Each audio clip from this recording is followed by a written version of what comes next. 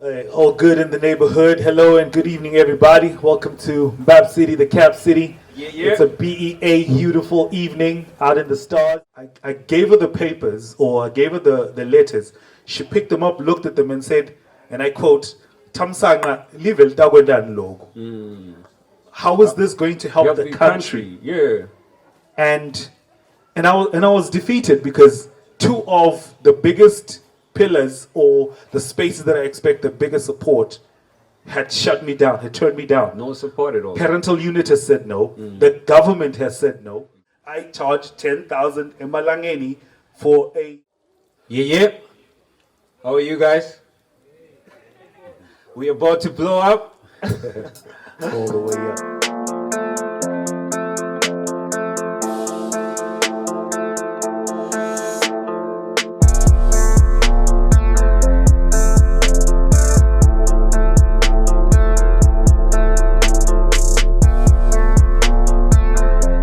I just want to give you that idea that this is a space whereby you can let loose, sit back, relax.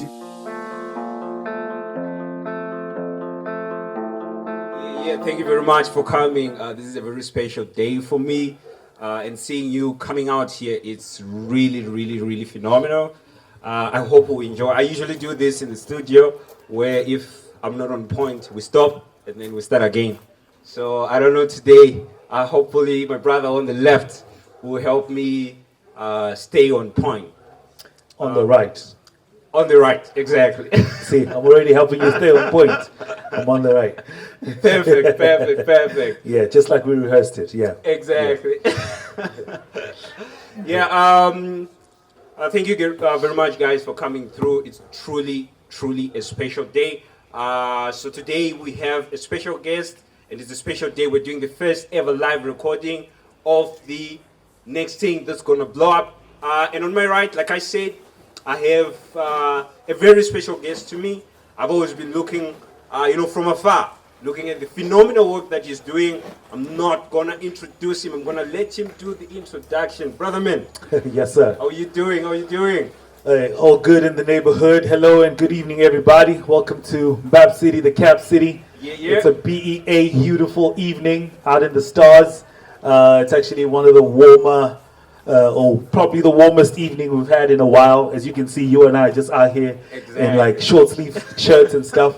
So yeah, welcome to everybody that maybe had to drive off the Malakwane or go down from Pikes Peak End. We appreciate you very much.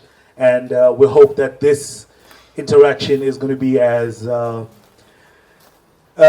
productive and helpful for you as we believe it's going to be for us. Yeah. Thank you very much. So what I believe in, I really think, when you're growing up, it really, the way you grow up affects the way you do things. Yeah. So you have a very interesting story, phenomenal story. But I'm really curious to understand, can you maybe pinpoint to probably maybe one thing, or was it one thing that really made you into who you are today, or it's a series of events that made you into KrTC of hip hop? No, it's obviously a series of events, and I'm just sort of like a blend of of hope, of faith, of prayer, and having the right people around me at the right time, and just having a lot of people believing in me. I do have a song. It's called "The Man That I Am," which sort of just like sums all of that up in terms of how did I get to be where I am today. It is definitely a blend of people, places, and doing the right things, right decisions at the right time that has actually been pivotal in creating what a lot of people will look at as luck, but I like to believe that we create our own luck. Right. So it's just this right places, right time, right people, right decisions that has created the life that I'm living, or the life that I've been privileged enough to live until this point. It's quite interesting, because I think one of the challenges that upcoming artists out there, even entrepreneurs, Yeah. one thing that we face is the pressure from the family. Yeah. Because you don't have a pay slip at the end of the month. Hey. You don't know when you're going to get the next paycheck. You don't know. Sometimes you're walking to the city. Yeah. You're just trying to push the grind, Yeah. I'm just curious, how was your family like? Was there some sort of pressure? I understand you have an accounting degree. Marketing. Yeah. When did it come through? Was it after KrTC of hip hop or before? It was during. Oh, it was during. Yeah, it was Interesting. during. It all happened. It all happened sort of like simultaneously. Just to take it back, obviously, coming from a time and space where, and this is where, especially as artists and entrepreneurs, we have to forgive our families. They grew up in a time where dreaming and dreams coming true was not a thing. It was not frequent. You had to do what you had to do. They had very limited options. So when a Tamsanga or when a KrTC comes up and says, "Hey, I want to be an artist," they're looking at me like I'm crazy. Yeah, exactly. because They've never seen it. They've never seen it. Exactly. Actually, that was the question that I was asked. They asked me the question, "Who have you seen in this family, in this community, in this country, doing successfully what it is that you're saying you want to do?" Exactly. That was the question that I had to answer. And as fate would have it, in my own little wisdom at the time, my response to that question was, just because it has been done doesn't mean it cannot be done. What if it means I'm supposed to be the first one? Exactly. And sure enough, for a lot of things, I was the first one. I'm the first one in my immediate family to jump on a plane and fly anywhere.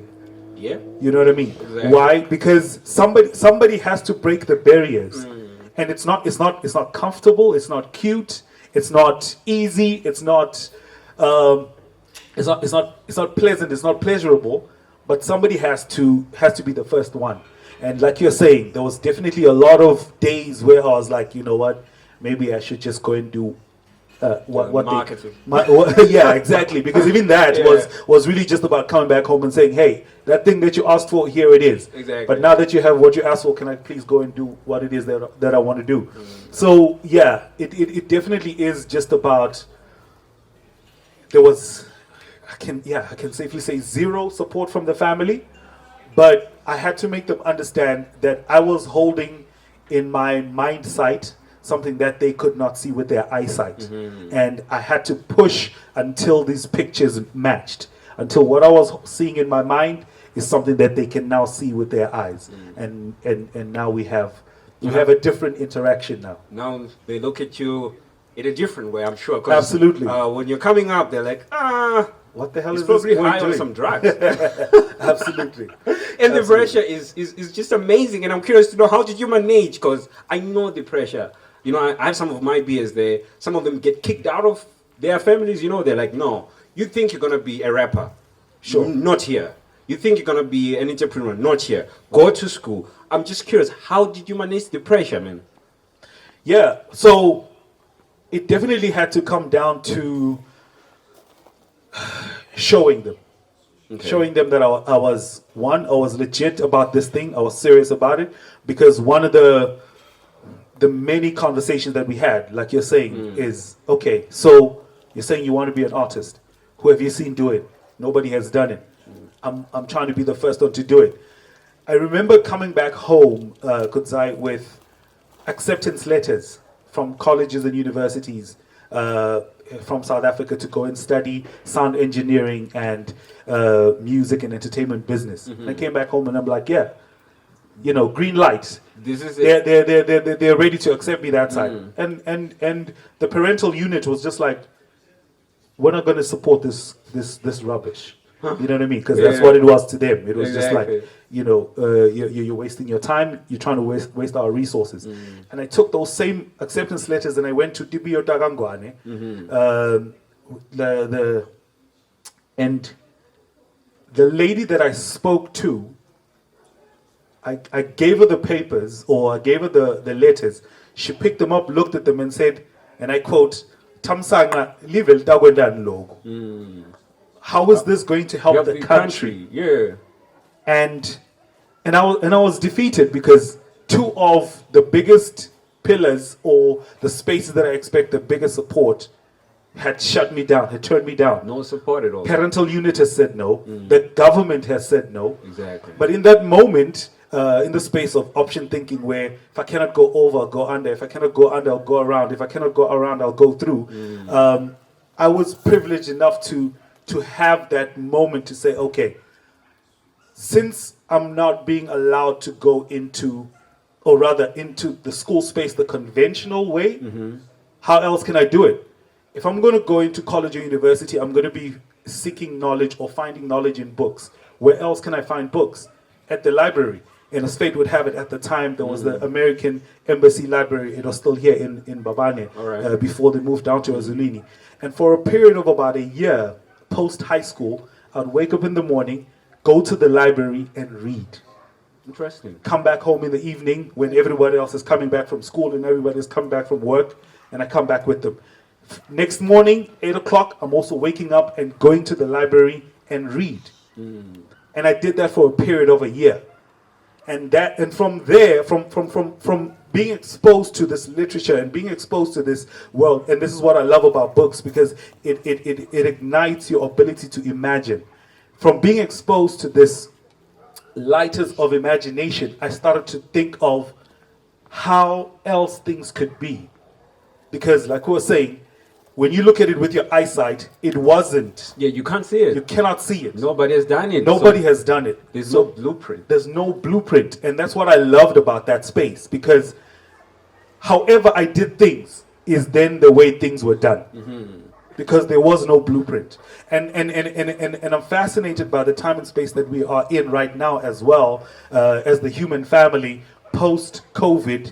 Because COVID kind of like clean the slate and sort of like press the reset button. We're all learning on the job. We're all trying to figure things out. And for a lot of us, and here we are right now doing a live recording of the podcast outside, and we're just chilling. And however you're doing it is how it's done. Exactly. You know what I mean? So I think we definitely need to take full advantage of that. But for me, it was just a case of following that determination and drive and that hunger for knowledge that I had found in the books, sort of like in terms of a series of events that led me to now wanting to apply what I had read. And in the space of applying what I had read, that's when I discovered that hip hop, the HIP or the hip, also means to know or to have in mind. And hop, like a kangaroo or a rabbit, is to move around. So in its purest form, hip hop is the movement of knowledge. Interesting. I didn't know that. In its purest form, the words hip hop simply means move knowledge. So I then had to sit down and figure out how many different ways can I move knowledge. It's quite interesting. Now, I'm now curious. Like, how do you think the intellectual side of KrTC helped build the brand?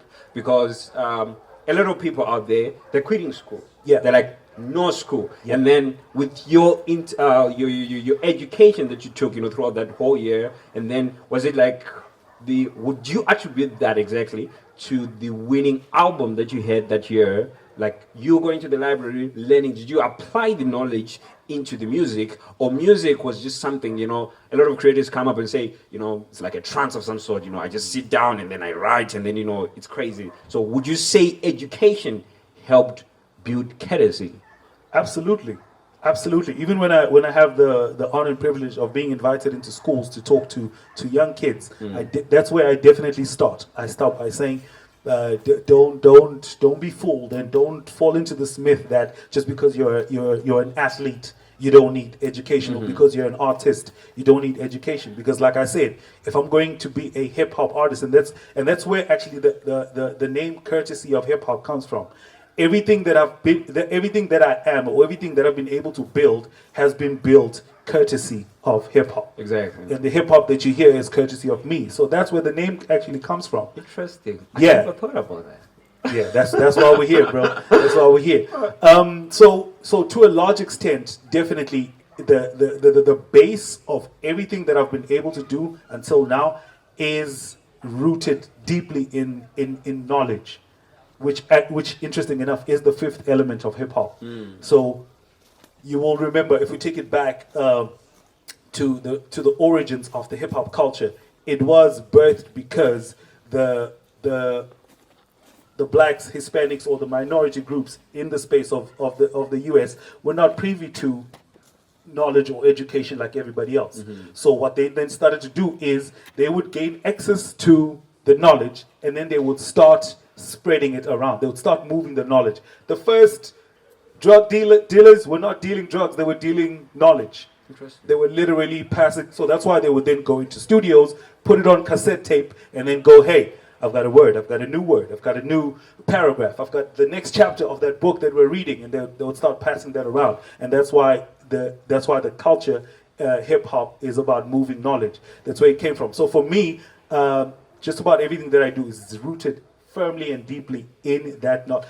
I'm constantly, I'm a glutton for knowledge. I'm constantly reading, I'm constantly learning, I'm constantly studying, I'm constantly looking out for the next thing. I'm constantly, but not only just acquiring knowledge, but applying it as well. Because most of the time, as artists and entrepreneurs, that's where we get stuck.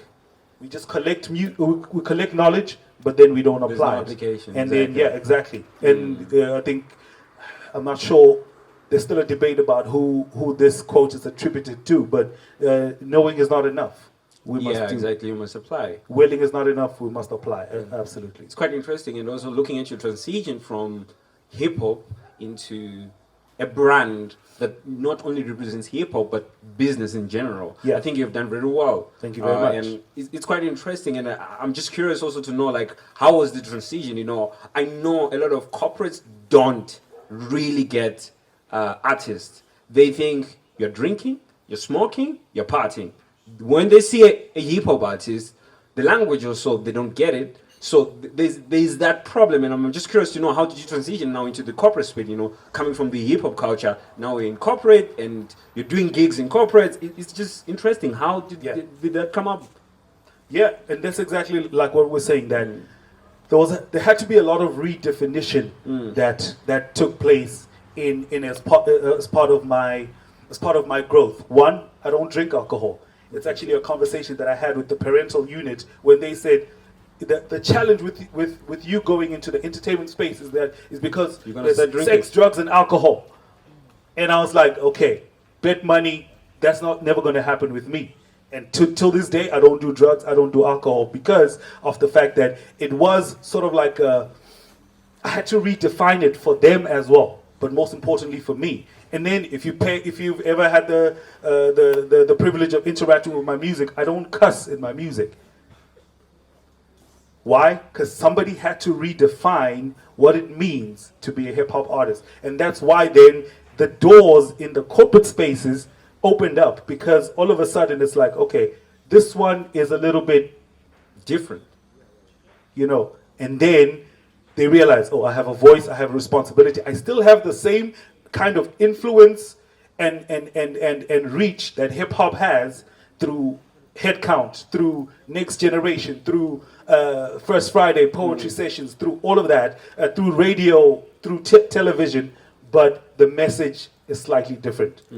So that's why then that opened the doors for corporates. But one important part that I need to put in there is, if you're out there in TV land or here as part of the live audience today, and you're trying to get a foot into the corporate space, and I've said this: be interested in order to be interesting. One big mistake that a lot of artists will do is go into corporate X and say, "Hey, I'm Kudzai, I'm dope, I've got this many followers. This is my art, this is my gift, and all of that. Give me money." What I discovered and what has helped me to work with Coca-Cola, MTN, Sasol, F&B, you name them, I've worked with them, is because I go in there and I say, hey, what are you guys doing in this season? How can I help you? Interesting. I'm plugging into what they're already doing. Why? Because they already have the budget for what they're doing, but most of the time they won't have the budget for what you are doing. So aligning with their goals, aligning with their vision for that with their particular vision year. for that particular season. That for me has been the winning formula to this day. I'm actually currently the brand ambassador for Orchard Insurance. Same formula. Go in there. What are you guys doing in this season? How can I help you? Interesting. We just go there and knock and be like, yo, I'm dope. I'm Kudzai. I'm the next thing that's gonna blow up. Give me some money, yo. Yeah. And 9 times out of 10, that is going to fail. Exactly. Yeah. And how you start the business environment. I mean, how you just start the life in general is quite interesting. What other aspects of business have you actually really incorporated into your brand to become carriers of hip hop? I've seen a lot of artists in the kingdom, and I think you're one of the best things that came out of the kingdom, and it's quite interesting. You talk to everybody, especially creative. They're like, I'm going to SA. But you never really went to SA and be like, I'm now sitting in SA. This is now where I'm making my music. How did you really study, and what principles or skills did you acquire through time to be able to maneuver around as a businessman, not as an artist? All right. The first thing that was a game changer for me is understanding this concept here. Oftentimes, as artists and entrepreneurs, we surround ourselves with people who support our habits and not people who support our goals, dreams, and aspirations. I'll say that again for the people in the back. We have this tendency of surrounding ourselves with people who support our habits. Where the party at this weekend? Where the girls at this weekend? You know what I mean? And then, especially when you're an artist, now you've got a little bit of light on you, which means you're attracting attention. Exactly. So now when we go to Solani's, we get special treatment because we're rolling with this guy because he's got the light on him. Exactly. You know what I mean? When we step up into a space, we get attention from the honeys because we're rolling with this guy because he's got the light on him. And now you've surrounded yourself with people who support your habits and not your dreams, your goals, and your aspirations. Exactly. So this has been a shortfall of a lot of guys. And then, of course, I also discovered through reading and going to workshops and going to seminars and having interactions like this one's here, is that there's actually 10 pillars to a complete artist. And talent is the last and least important one. Wow. Do you care to share those pillars? Oh, you're going to have to come to the workshop. You're going to have to pay for that knowledge. But there's 10 pillars to a complete artist. And if you haven't put all of the other 9 in place, the talent doesn't matter. Interesting. So for me, those are the things. 1, I surrounded myself with people who supported my dreams, my goals, and my aspirations. They're what I call my personal board of directors. The people that I've given the authority that when you see me do something or say something that is not consistent with the dreams that I have for that season, for that week, for that month, for that year, you have the authority to call me and tell me, Tamsanga, this is not it. And because of those people who are constantly fanning my flame, that's why I've been able to be consistent so many years later. That's quite interesting. How did you select those people? Because I'm just thinking, I'm looking at my friends.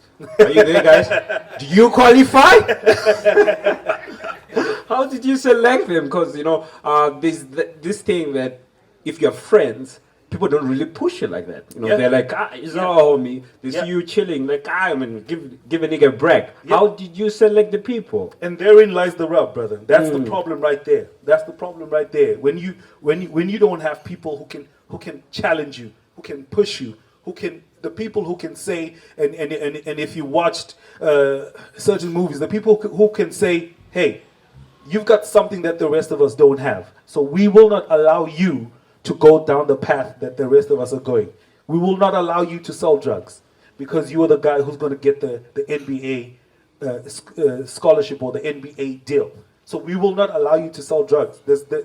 We've had of so many of those kind of stories where somebody's like, no, we will not allow you to do this because you've got something else. So what we're going to do is we're going to create this wall around you and just elevate you so that your light shines. So that's the challenge. And what I love about this is that friends are chosen. Family is given, but friends are chosen. Yeah, exactly. So we don't have anybody else but to blame but ourselves when it comes to the people that we surround ourselves with. Yeah. Quite interesting, man. Anyway, I do have dope friends, guys. Don't worry. Don't worry. This whole thing, it's my friends. They're good people, right? Anyway, another thing that really you do well is check the internet, man. You check it left, right, and center, man. And quite recently, there was the Paris trip you did, and you didn't just go and come silent, man. You shook us again, man. And I saw Miss KrTC is here. I don't know where she's hiding, people. Hey, baby, she's over there. I can see her. Doesn't matter. Exactly, man. You continue to check the internet, and I'm just curious, man. How do you balance now relationship, business, being a radio host, interviews, mentoring, tours, the music? Should I keep on going? Keep going. How do you balance, You man? know, we've got time. We got time. Keep going. Yeah, you just keep on doing a lot of things, and how do you find the balance? To quote the great 80 script, I do this because I do not know how to not do this anymore. You know what I mean? And for me, the biggest pillar that has enabled me to balance is choosing the right person to be my life partner. That pillar is so important. That pillar is so important because if that pillar is shaky, everything else falls apart. Exactly. So, Mr. Phil Wilcox, thank you very much. In front of God, in front of all these people out here in TV land and the people that came out here, thank you very much for just shaping me and always having my back as I grow. She's actually one of the personal board of directors, because she's the one person who knows my heart, who knows my dreams, who knows my goals and aspirations. She's going to be the first person to say, okay, this thing that you're doing right now is not consistent. It's not consistent with where you said you want to go. So the balancing act, man, it really is first and foremost discovering or defining your purpose. Why are you here, Kudzai? Why do you exist? Why are you in 2023 and not in 1923 or in 2123? Why are you in the kingdom of the Swatini on the continent of Africa? Why are you part of the human family right now at this transitional period? If you haven't taken the time out to figure that out for yourself, because it is in asking me those questions and discovering or even designing the answers for myself when it comes to those questions that has given me what I call my unique value proposition. The one thing that I know that I can do that nobody dead, alive, or yet to be born can do. Exactly. Let's put it to the test. How many radio hosts, TV hosts, basketball play, athletes who are facilitators of a cognitive science curriculum do you know? It's okay, I'll wait. I don't know any. Well, nice to meet you. Yeah. Yeah, now you know one. Now I know one, exactly. And because of me understanding that that's my unique value proposition, I can then put an economic engine to it. I know I can do this, and nobody else or not many other people can. So now, when I get engaged, I can charge without fear because I know that I'm one of very few that can do this. But it takes you taking the time out to discover what is it that you can do that nobody else can do. And I think it's the challenge in the kingdom. There's a copy and paste habit. Absolutely. You start being a Drew rapper, for example. Absolutely. Everybody else becomes a Drew rapper. Absolutely. You start selling chicken dust. Best believe tomorrow morning the whole street is filled with chicken dust out there. How do you maneuver? Because how do you then create that uniqueness that, I'm the radio host, I'm the accolades you mentioned. How then do you create those in any field? Absolutely. That's where people are falling short. That's where people are selling themselves short because of this thing of, like you're saying, the copy and paste. Because now there is no longer, we do have a value proposition, but it's no longer unique. And because it's no longer unique, it's uniform. And because it's uniform, we then do not have the ability to attach a proper economic engine to it. Exactly. I always laugh. I always laugh when I hear other artists or even poets, because I'm also a spoken word poet, or even poets when they say, "Oh man, it's tough being a poet in the country. Even when you get gigs, you don't get paid." I'm like, "Alright, cool. That's your story. Not me. That's not my story." You know what I mean? And I'm not even ashamed to put this out there. I charge 10,000 emalangeni for a Poetry performance. yeah, Interesting. and I get paid that money. Why? Unique value proposition. I can do something that not many Nobody other else people can do. So it's creating that uniqueness. The Exactly. demand is like everybody is looking for you. now. Exactly. You are no longer just another poet. Not just another. Exactly. Not just another chicken dust person. Absolutely. I hope you're taking notes, people there, because I really, really see that as a challenge. You know, you go out there, you start doing something, the next person is doing it. So now creating that uniqueness now becomes a challenge, and it's quite interesting how you've done Yeah. it. And then with headcount, how did that come about? Was it also part of creating, the unique KrTC? Absolutely. So headcount comes about because there's a gap in the industry at that particular point in time. There's groove places for the grown-ups or for the adults, and there's spaces where they can go to every Friday or every month end, and they can have a good time. But there wasn't a space where young people could go and actually just be themselves for a couple of hours. So myself and a friend of mine, Sabelo Mtetwa, we noticed that gap, and what we then did is we decided to do something about it. So, and I want to pause there for a minute. Ladies and gentlemen, the money is in finding solutions. It's not in highlighting the problems. I'll say that again. The money is in finding solutions, not in highlighting the problems. And this is what we do. Again, you can see the clouds are gathering and the storm that is coming. And this is what we do. Hey, there's a storm that's coming. There's a storm that's coming. We go out and we print t-shirts. The storm is coming. We open a website, thestormiscoming.com. Twitter. Well, on Twitter, handles, the hashtag the storm is coming. We create the Storm is Coming Festival. But the legacy of Noah was not that he saw the storm, was that he built the ark. The money is in coming up with the solutions, not in highlighting the problems. Everybody can see what the problems are. Exactly. But what are you doing about them? So headcount was a solution. There was a problem, or there was a gap, or there was a lack, and we came up with a solution. We only did 2 or 3 shows where Sabelo and I were paying for them out of our pockets. We were renting the theater club, we were renting a sound system, and then we were bringing young people to dance, sing, rap, battle, and do all of that. We only did 2 or 3 of them out of our pockets. The rest of the season, we had Coca-Cola calling us and saying, "Hey, can we have the June head count?" They want to pay for it. FNB is calling saying, "Hey, can we have the July head count?" And Sprite is calling saying, "Hey, can we have head count for the next 4 months? Because we've got a promo that we're doing." Why? Because we just came up with the solutions. It's the same thing for First Friday. It's the same thing for Next Generation, and now Spirit of Hip Hop, and. Let's just come up with the solutions. I see.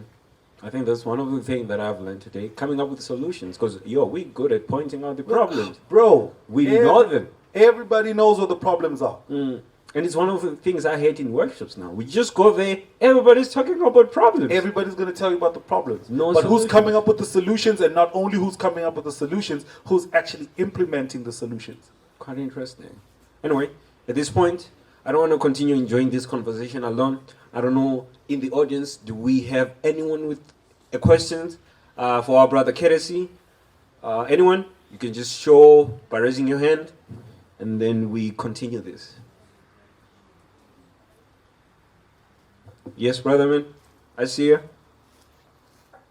Can you tell us one pillar that can benefit any person in any career of success besides talent? Besides? Besides talent. All right. So I'm flipping through them. There's 9 others. Gotta come to the workshop, brother. Yeah, come to the workshop. The one pillar that is key to my journey and my story is meticulousness, is excellence. Again, there's a lot of people who are given a platform or the platform. The question then becomes, what do you do when you are given the platform? Tell a story. I will not name names, but there's a brother. So there's the Swazi Bank Cup, and we get given the mandate to source the artists, the Eswatini artists that are going to perform at the Swazi Bank Cup. The client names specific artists, and we're like, sure, we go find them. They want Kudzai. Okay, cool. Kudzai, Swazi Bank wants you. It was a Sunday morning where I'm calling Kudzai and he's not picking up his phone. Call somebody who knows where you are. We send somebody to go and fetch you, brings you to the place, and Kudzai looks like he hasn't slept in 3 days. He's still wearing the same clothes. He knew very well that on Sunday morning he was required to be at The performance. the performance. He shows up. The client is majorly disappointed. And they say to us, we're going to allow him to perform, but please, never ever bring this idiot to any of our events ever again. Meticulousness. A lot of us are given the platform, but what do we do with it? And I love when I see the conversations on socials in terms of, but it's the same artist all the time. Where is so and so? What you guys don't understand the tennis matches that we're constantly facing when we are in the boardrooms defending your stupidity as artists. I don't know how many times we've been in boardrooms where we're doing MTN Rhymes and Laughter, and when MTN says, hey, can you show us the artist that you're gonna work with for the next episode of Rhymes and Laughter? And we say, okay, we're gonna work with artists X, Y, and Z. They're like, okay, sure, we will take artists X and Z, but artist Y, no thanks. We say why. They take us to your Facebook page, your Twitter page, or your Instagram, and they're like, this is why. I see. And that particular artist was actually just going ham and dragging the MTN brand for network or for some, again, a problem. Whatever the problem was, we all know what the problem is, we can all see it, but you've decided to take it to your platform and amplify it. Sure, no problem. So we ask, but yeah, he is not wrong though. The problem he is talking about is something that we can all see. And this is what they said. We've got helplines. We've got a Facebook page that you can go into and alert us of the problem. When you drag our name like that on a public platform, you're putting us in a very bad position where when somebody is thinking of the service that we provide, they're more likely to go with the next service provider. And this is where they defeated us with the conversation. They said, we will never put money in the pockets of somebody who's taking money out of our pocket. Exactly. So now we're talking about the business side of entertainment.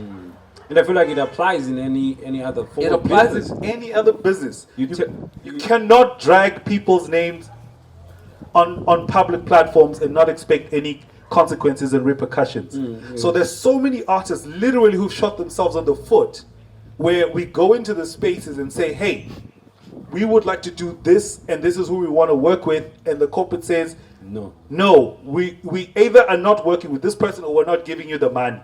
And trust me, we're going to choose ourselves. We're going to choose us, and we're not going to choose you. And that's exactly what has happened so many times in those spaces. So, my brother, one of the pillars is meticulousness. How excellent do you perform your duty, not only in front of the camera, but anytime you're given a platform? How well and how clean and how excellent do you show up? Yeah, well said, brother. Any other question?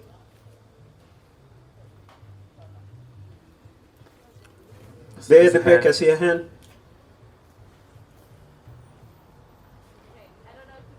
Okay, hearing.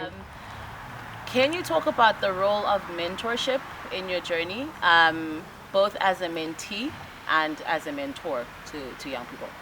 Cool. No, thank you very much, Sharon. So, again, it goes back to this personal board of directors conversation. A lot of those guys are my mentors. You asked, how do I select the mentors? Who is doing today what I want to do tomorrow? Who is doing today well what I want to do tomorrow? I identify those people and then I step up to them and then I ask them for their mentorship. Why? Because there's something that they have that I don't have. And a lot of the times that's what our conversations are about. But it also then comes down to how often do I expose myself to some of the mentors are not face to face. Some of them are online. How often do I expose myself to their books, their podcasts, their YouTube pages, and that part is very, very, very critical because, and I always say this at the workshops, what are you reading? What are you watching? What are you listening to? Who are you talking to? What are you talking about? Because all of that information over time accumulates to become your self-image, the way you see yourself.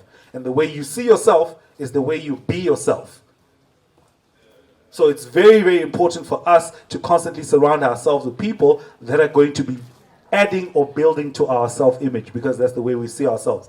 Now, when it comes to the way I mentor other people, it's the same formula.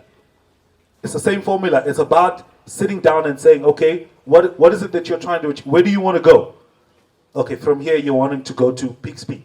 And my role is to let you know that if you're wanting to go to Peaks Peak, going that way is the long way around. This is the way that's going to get you there quicker. It's going to get you there easier. It's going to get you there better. And then we start to assist you from a cognitive science or from a mental head space to say, this is why we're going this way and not that way. So it's very important for me to first have this conversation with you in terms of where do you want to go so that we can start to build the best practice to assist where it is that you're wanting to go. And the space of mentors and mentees is so important, especially in 2023. It is absolutely imperative. I encourage anybody who's an entrepreneur, who's an artist, anybody who's got a dream, find somebody who is doing today what you want to do tomorrow, and they're doing it well. And then ask them how. Because that is how we... For instance, there's a lot of people that I've worked with that I've assisted to do in 1 year things that took me 10 years to figure out. It's true. Experience is the best teacher, but you don't always have to be the student. You don't always have to be the lesson. So find somebody who's doing today what you want to do tomorrow, attach yourself to them, and assist them, and have them, allow them to assist you to do in a year what took them 10 years to figure out. Before we go to the audience again, I've noticed something. I don't want to call it an African problem because I've never lived anywhere else that's not Africa. There's not much mentors around. And we do a lot of mapping. We're trailblazing. Yeah. There's not many people I can reach out to and be like, how do I do this? Yeah. Then how do you maneuver in such an environment? So first and foremost, let's dispel that myth that there aren't many mentors or even role models or people to look up to. It just depends on where you're looking. So again, if you're surrounding yourselves with people who are only supporting your habits, then that's all you are seeing. We do have role models when it comes to happy and healthy relationships. It just depends on where you're looking. If you're looking at Twitter, of course, it's going to look bleak. It's going to look like there's nobody there. Yeah, exactly. When you go on Twitter, all you're seeing is Umjolo Yanyisa, you know, and Batao Herder, if that's where you're looking, you know. So it just depends on where you're looking. We need to allow ourselves to recalibrate, to shift our lenses, because there's definitely those people. And I'm glad you asked that question, because I don't know how many times I've had this conversation, especially with aspiring artists or with up-and-coming artists who say it's just that in Eswatini there aren't any role models or there aren't any people who are... And I stop for a minute and I say, if you're a hip-hop artist and you're at the very, very beginning of your career, are you trying to tell me that Tsipo intellectual is not a mentor for what you're trying to do? And I'll put it in because we're across a school, I'll put it this way. You're in grade 1. Yes, he might be in standard 3. You are trying to get to college or university. And then you are saying there are no role models. He is in standard 3 and you are in grade 1. Meaning there is something that he knows that you don't know. Especially in the space of context. He has figured out how to make it work as a Swati, from Eswatini, in Eswatini. If you're in the space of R&B and soul, you can't tell me you cannot learn anything from Willem Seni or Noma Lungelo. And that is where the problem is that we need to recalibrate our lens. Because the role models and the mentors are everywhere. It's just the way that we are looking at them. Because if you're in grade 1, the person who's in standard 3 definitely knows a thing or two. Yeah, exactly. And we just overlook. And then we just overlook them, because my goal is to get to college or university, and this person is not in college or university. But they can take you from where you are to at least where they are. Yeah. Exactly. Interesting. Back to the audience. Any other question? Right there, Red Woody. Can you speak a bit on hip hop as a tool for social change, for narrative building? Yes, sir. Yeah, and I think a lot of young artists, especially in the country, they self-censor.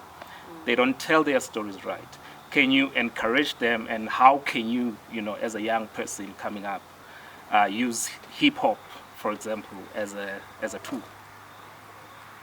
Yeah, I mean, absolutely. And the biggest tool that I have is my story and what hip hop has done for me, because hip hop has put me on flights. I've been to 15 countries around the world so far, and a lot of that has been courtesy of hip hop. You know what I mean? Because of, first and foremost, shout out to the U.S. Embassy. The first opportunity that I got came from the U.S. Embassy in the form of the International Visitors Leadership Program, where I went to the U.S. for a couple of months on a program called Hip Hop and Civic Engagement. And it was in that space where I actually learned a little bit more about how other people from different parts of the world are using hip hop for advocacy. And that's why then I came back and I realized, oh man, I've got a voice, therefore I've got a responsibility. And from that space, that's why the music is clean. That's why the music doesn't dwell on the way things are, but the music dwells on how things could be. Because that is how you inspire people. That's how you inspire a generation, by painting the picture of how things could be. Because if you keep on reminding people of the way things are, then things remain the same.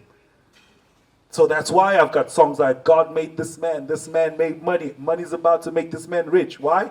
Even though the status quo, when you're looking out, it doesn't look that way, but I just have to inspire people and paint the picture of how things could be.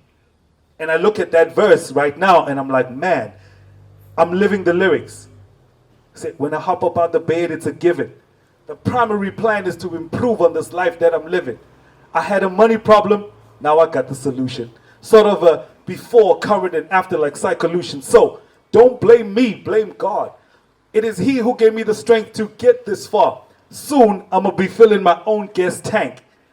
Then you might not be seeing me up at the bus rank. Next stop is the crib, I'm building my house. It's the clothes, I've got a clothing label. You know what I mean? When I wrote that, it wasn't true at the time. But I'm constantly saying, this is how things could be. And if you're somebody who believes in faith and you live in that space, you understand the power of life and death is in the tongue. And if you're a poet, if you're a rapper, then imagine how much power you actually have. Paint the picture of how things could be and don't be dwelling on the way things are. Yes, every once in a while, report to us the status quo because we need to constantly be reminded of the current reality. But most importantly, please tell us of how things could be so that you inspire us to move from where we are to where we could be. Interesting. That's powerful. Thank you, KrTC, for taking the time. It's really the birthday gift I was looking forward to. Happy birthday to you, sir. Thank you very much for sharing your day with us. It's my birthday, and I couldn't have spent it anywhere but on the blow-up stage. Yes, sir. And with KrTC, it was a pleasure, brother. Thank you.